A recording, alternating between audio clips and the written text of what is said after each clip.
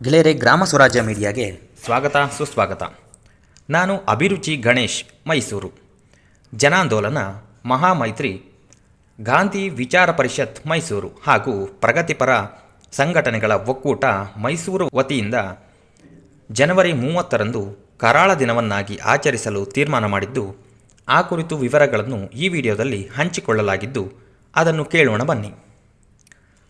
ಈ ದಿನ ಭಾರತೀಯರು ತಲೆ ತಗ್ಗಿಸಿ ಆತ್ಮಾವಲೋಕನ ಮಾಡಿಕೊಳ್ಳಬೇಕಾದ ದಿನವಾಗಿದ್ದು, ಯಾಕೆಂದರೆ ಭಾರತೀಯರು ತಲೆ ತಗ್ಗಿಸಿ ಆತ್ಮಾವಲೋಕನ ಮಾಡಿಕೊಳ್ಳಬೇಕಾದ ದಿನ. 78 ವರ್ಷದ ಮಹಾತ್ಮ ಗಾಂಧೀಜಿಯವರ ಎದೆಗೆ ಹಿಂದುತ್ವ ಕಾರ್ಯಕರ್ತ ಸಾವರ್ಕರ್ ಶಿಷ್ಯ ನಾಥೂರಾಮ್ ವಿನಾಯಕ ಗೂಡ್ಸೆ ಗುಂಡಿಟ್ಟ ದಿನ ಇದು.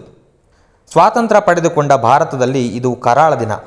ಕಣ್ಣಿಲ್ಲದ ಹಿಂಸೆ, ಕೋಮಾದಲ್ಲಿ ಉಸಿರಾಡುತ್ತಿದ್ದ ಕೋಮುವಾದ ಮತ್ತು ಮತ್ತೇರಿದ ಹಿಂದುತ್ವ ಕೇಕೆ ಹಾಕಿದ ದಿನವೂ ಕೂಡ ಇದೆ. 1948ರ ಜನವರಿ 30ರಂದು ಇಡೀ ರಾಷ್ಟ್ರವನ್ನು, ಶಾಂತಿಪ್ರಿಯ ಜಗತ್ತನ್ನು ದಿಗ್ಭ್ರಮೆಗೆ ನೂಕಿದ ಈ ದಿನ ಮತಾಂಧರರ ಪಾಲಿಗೆ ವಿಜಯದ ದಿನವಾಗಿತ್ತು. ಇಡೀ ವಿಶ್ವಕ್ಕೆ ಶಾಂತಿ ಅಹಿಂಸೆಯ ಘನತೆಯನ್ನು ತಿಳಿಸಿಕೊಟ್ಟ, ಶಾಂತಿ ಅಹಿಂಸೆ ಅಸ್ತ್ರಗಳ ಮೂಲಕವೇ ಭಾರತಕ್ಕೆ ಬಿಡುಗಡೆಯನ್ನು ತಂದುಕೊಟ್ಟ ಈ ಮಹಾನ್ ಚೇತನ ನೆಲಕ್ಕುರುಳಿದಾಗ ಗೂಡ್ಸೆ ಮತ್ತವನ ಮತ್ತೇರಿದ ಸಹಚರರು ದಿಕ್ಕು ತಪ್ಪಿರಬೇಕು. ತಪ್ಪಿಸಿಕೊಳ್ಳಲು ದಾರಿಗಳೇ ಅವರಿಗೆ ಇರಲಿಲ್ಲ.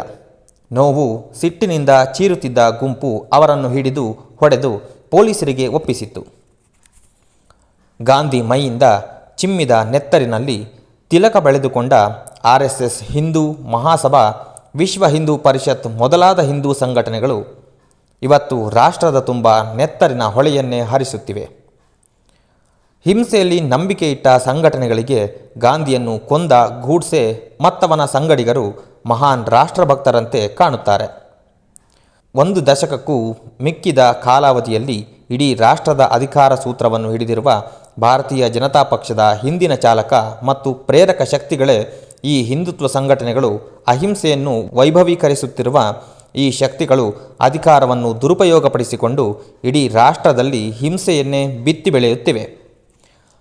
ಕೊಲೆಗಡುಕ ಗೂಡ್ಸೆ ಮತ್ತು ನಾರಾಯಣ ಅಪ್ಪೆ ಅವರಿಗೆ ನ್ಯಾಯಾಲಯ ಗಲ್ಲು ಶಿಕ್ಷೆಯನ್ನು ವಿಧಿಸಿತು.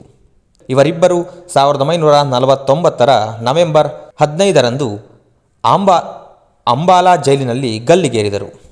ಇಷ್ಟಾದರೂ ಈ ಸತ್ಯವನ್ನು ನುಂಗಲಾಗದ ಹಿಂದುತ್ವ ಸಂಘಟನೆಗಳು ನಾಥೂರಾಮ್ ಗೂಡ್ಸೆಯನ್ನು ಪರಮ ದೇಶಭಕ್ತ ಎಂದು ಹೊಗಳುತ್ತಿವೆ, ದೈವತ್ವಕ್ಕೆ ಏರಿಸುತ್ತಿವೆ.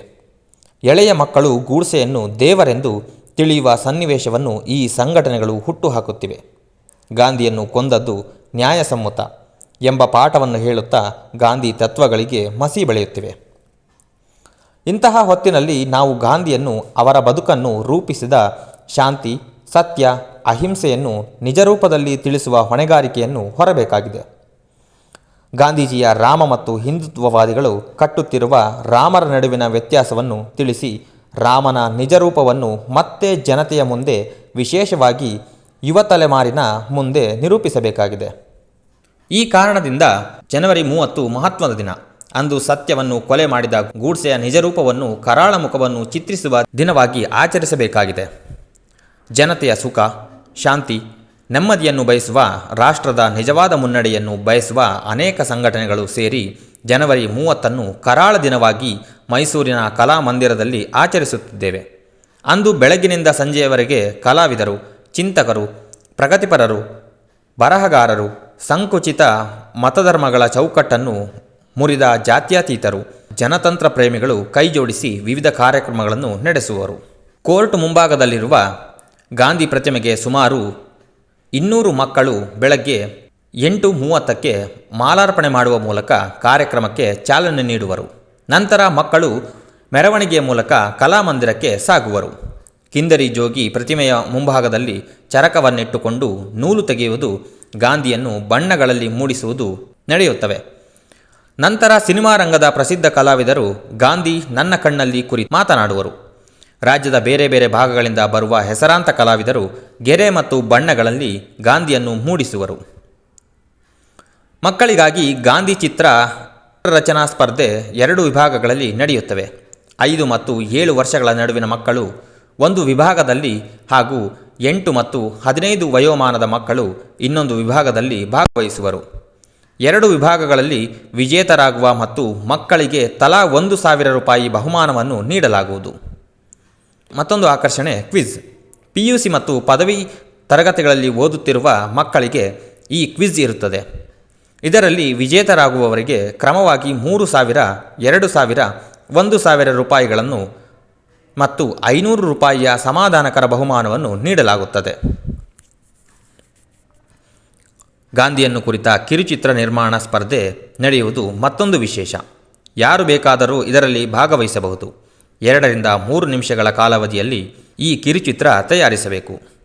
ಮೊದಲ ಬಹುಮಾನ 10,000, ಎರಡನೇ ಬಹುಮಾನ 7,000 ಮತ್ತು ಮೂರನೇ ಬಹುಮಾನ 5,000.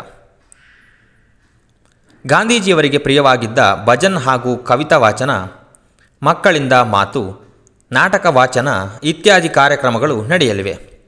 ಮುಕ್ತಾಯ ಸಭೆಯಲ್ಲಿ ವಿವಿಧ ಧಾರ್ಮಿಕ ನಂಬಿಕೆಯ ಹಲವು ನಾಯಕರು, ಮಹಿಳಾ ಸಂಘಟನೆಯ ಮುಂದಾಳುಗಳು, ದಲಿತ ಮುಖಂಡರು, ವಿದ್ಯಾರ್ಥಿ ಪ್ರತಿನಿಧಿಗಳು, ಕ್ರಿಯಾಶೀಲ ಯುವಜನರು ಭಾಗವಹಿಸುವರು. ರಾಷ್ಟ್ರಪಿತ ಗಾಂಧೀಜಿಗೆ ಗೌರವ ಸಲ್ಲಿಸಬಯಸುವ ಎಲ್ಲ ಮನಸ್ಸುಗಳು ಕಲಾಮಂದಿರದ ಆವರಣಕ್ಕೆ ಬಂದು ಕಾರ್ಯಕ್ರಮದಲ್ಲಿ ಭಾಗವಹಿಸಿ ಜನವರಿ 30 ಸಾರ್ಥಕಗೊಳಿಸಲು ಮುಕ್ತ ಅವಕಾಶವಿದೆ.